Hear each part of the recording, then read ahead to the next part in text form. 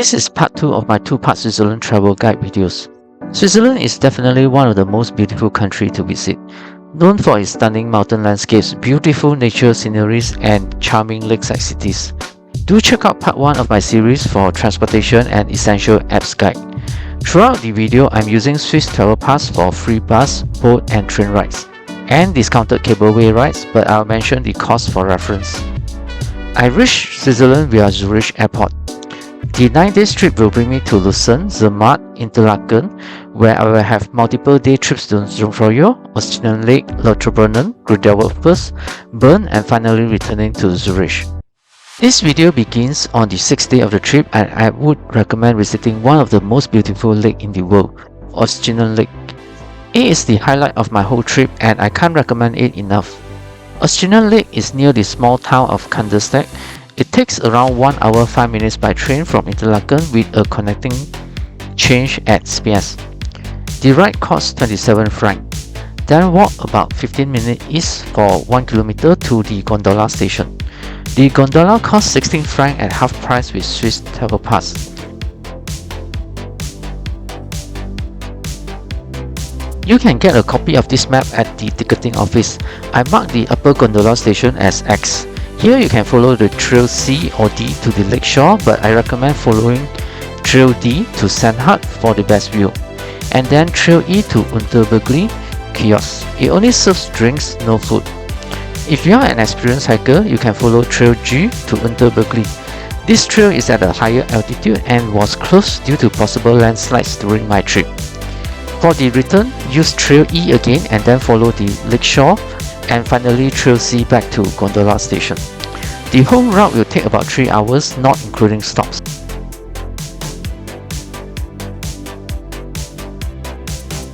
The trail is not difficult, but I would advise wearing hiking shoes for this day, and bring enough water, snacks, sun hat, sunscreen and raincoat. There are not much tree shades for picnic once further up on the trail as shown in the video. Along the trail, we will cross some shallow streams that are easily passable. The beautiful lake is surrounded by several mountain peaks above 3,000 meters, making for an unforgettable scenery of steep, rugged cliffs over glistening blue water. Additional bonus that Oeschinen Lake don't usually appear in Switzerland travel guides, so there are less tourists here as well.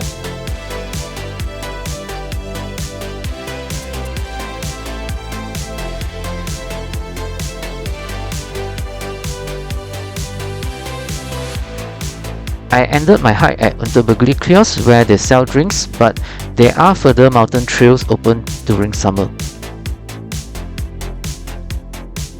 The area near the shores has picnic benches and barbecue pits, and you can also rent rowing boats. There are 2 restaurants near the lakes for meals. Besides the upper gondola station, there is a toboggan ride. Paid shuttle service is available between gondola and the restaurant area if you want to skip the walk to and back from the shore.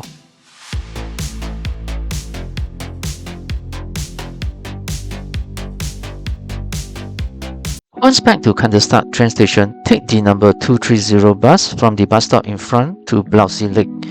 It takes about 15 minutes. Blausee Lake is quite small, more like a pond. What makes it special is the crystal clear water from subterranean spring. You can basically see the bottom of the lake. As the lake is part of a trout farm, you will see large fishes swimming in it.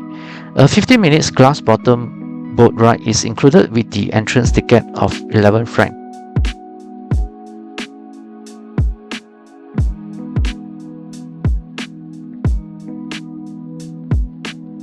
Do check the bus schedule at the bus stop opposite from where you arrive and plan your exit time since bus only comes once an hour. For the 7th day, take a 20 minutes train ride to the beautiful village of Lauterbrunnen from Interlaken. It costs 7.8 francs. It is a small village with wooden chalets, alpine valleys, high mountain cliffs, towering waterfall and roaming cows. Take a stroll in the village against the backdrop of landmark 300-meter tall Staubbach Falls that looks best in spring and summer due to melting snow. Before making the way to Staubbach Falls, do come to this spot near the church for the picture-perfect view.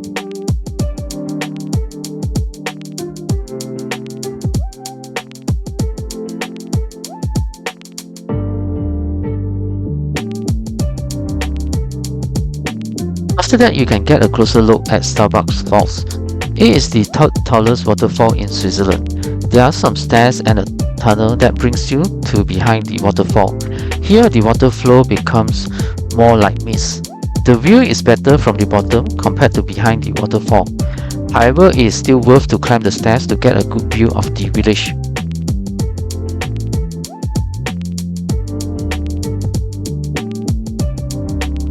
From here, I walk 1 hour and 30 minutes towards Staubbach. Lauterbrunnen is known for its 72 waterfalls, though only some are visible.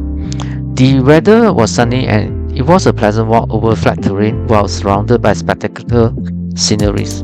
A quick reminder to help like and subscribe to my channel for future travel videos.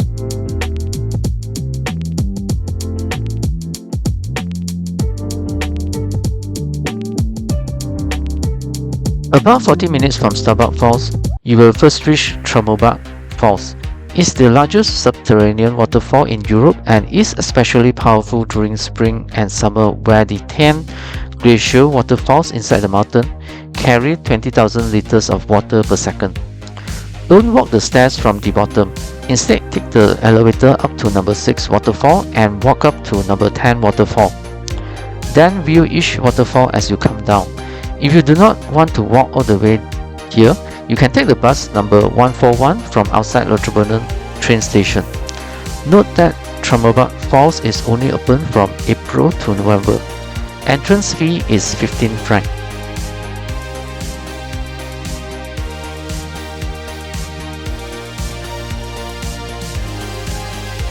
Catch the same number 141 bus from Trummelbach Falls to Schilthorn bus stop if you do not want to walk another 50 minutes.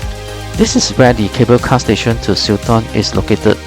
But first, you can spend some time to look at the Trummelbach Falls located just nearby. This is the tallest waterfall in Switzerland at 417 meters. To end the day, make a visit to Schilthorn.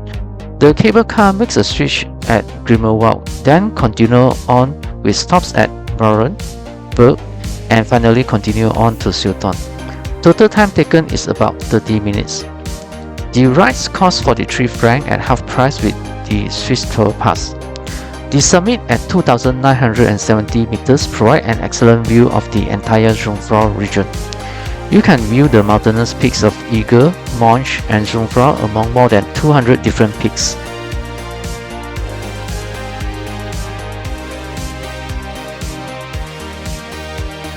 This is also the shooting location of an old 1969 James Bond movie on Her Majesty's Secret Service. Some sections are dedicated to this theme. There is a 360 revolving restaurant called Pisgoria and a cafe as well. Now a bit on the negatives. As you will see in this video, there are a lot of construction work ongoing as they are building a new cable car route. Walking areas that you might have been able to play with snow are closed off, and Schilthorn do not have snow during summer months.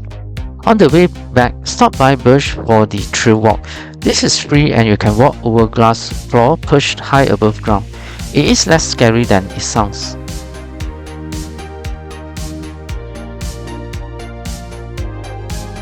If you have time, get off at Bern. Bern is famous for being a charming village overlooking the Lauterbrunnen valley below. It used to be completely car-free and only reachable by cable car.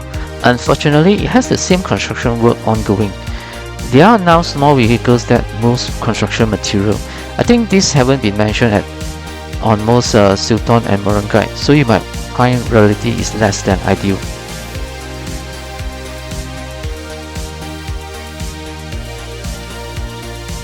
For the 8th day, the place to visit is Grindelwald First. Train from Interlaken to Grindelwald takes 35 minutes for 11 francs. Then walk additional 15 minutes to the gondola station. The town itself is a popular place to stay and can be alternative to Interlaken with amazing mountain scenery. However, I prefer Interlaken for more convenient train connections to major cities and easy access to Brienz and Thun Lake. The gondola costs 36 francs at half price with Swiss Travel Pass and takes 25 minutes to bring you to the peak.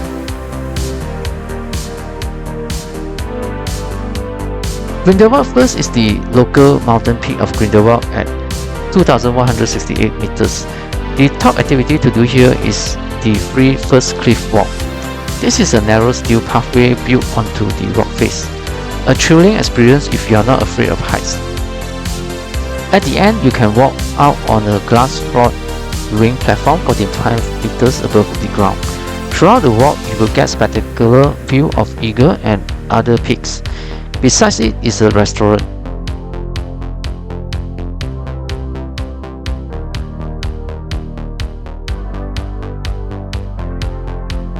There are also other adventure activities here such as first flyer, glider, mountain cart and trotty bike.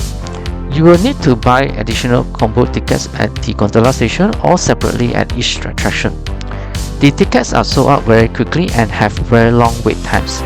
I recommend do them early in the morning at their designated gondola stations before going up to the peak. Another free activity that you can do here is to do the hike to the beautiful small alpine lake, Bachalpsee Lake. It is an easy 1 hour 3 km trail each way with fairly steep inclinations in the beginning but becomes more gradual a third of the way in. The trail was closed due to part of the trail are still covered with snow during my trip, but many hikers still make the trek, including myself. As of early June, the lake is still covered with ice.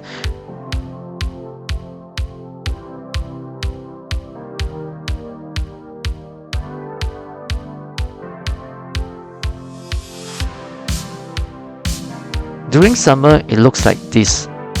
Do bring drinks, snacks and put on sunscreen as there are no shade. As I finished early in Grindelwald First, I took the train from Grindelwald to Bern with one connection change at Interlaken. The whole journey takes 1 hour 37 minutes and costs 41.8 franc. Bern is the capital of Switzerland and it is a relatively small city. It can be explored on foot. From the train station, head east to Blausee, which is one of the streets in Old Town of Bern. Look out for landmarks such as Perfectum Spire and the Zurich, a 15th century medieval tower with astronomical clock.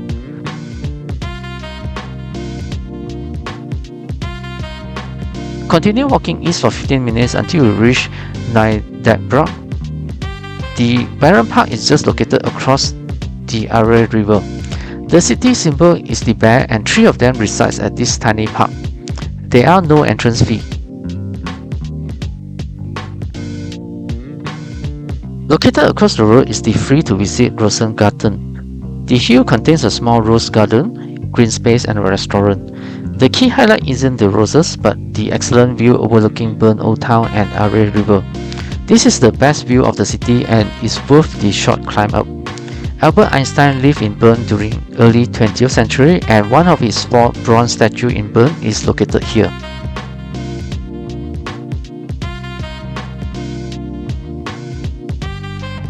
Last day in Switzerland is spent in Zurich since I will be departing via Zurich Airport.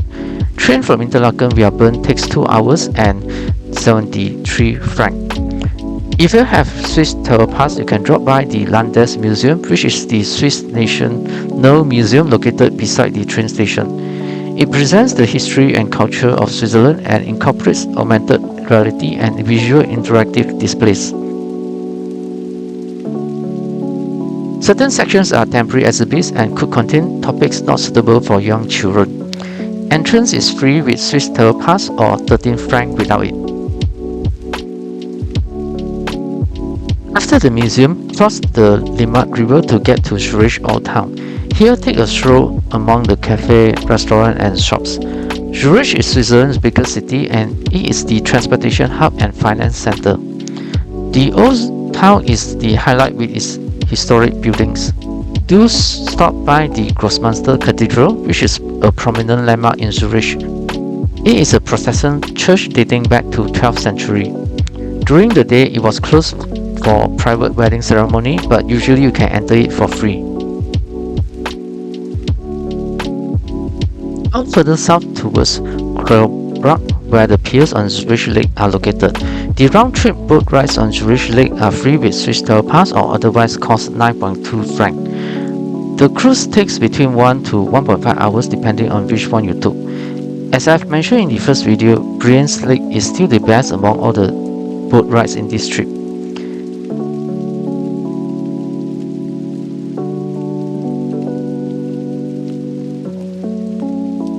After returning from the boat ride, walk north towards Minster Church. This is another city landmark. It was built in 9th century at the opposite side of the river from Minster Cathedral. The Bahnhofstrasse is the most expensive shopping street in Zurich, and you will pass it walking back to Zurich train station. For the last destination, take the S10 train from train station to Uetliberg. Uetliberg is the highest point around Zurich, and you can get a panoramic view over the city and Zurich Lake.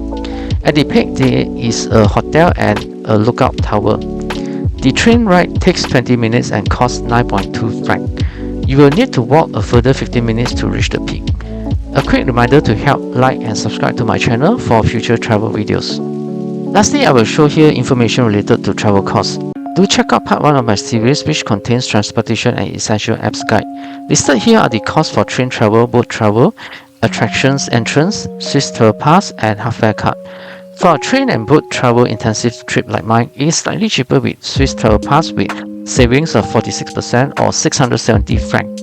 If you have less traveling in your trip, half-fare card would be a better choice. But do note you have to purchase tickets for every ride while Swiss Travel Pass don't. Other general money saving tips are booking your hotels at least 6 months in advance. Stay in Airbnb if you are traveling in a group or in hostel if you are doing solo traveling. Travel on shoulder seasons such as spring and autumn.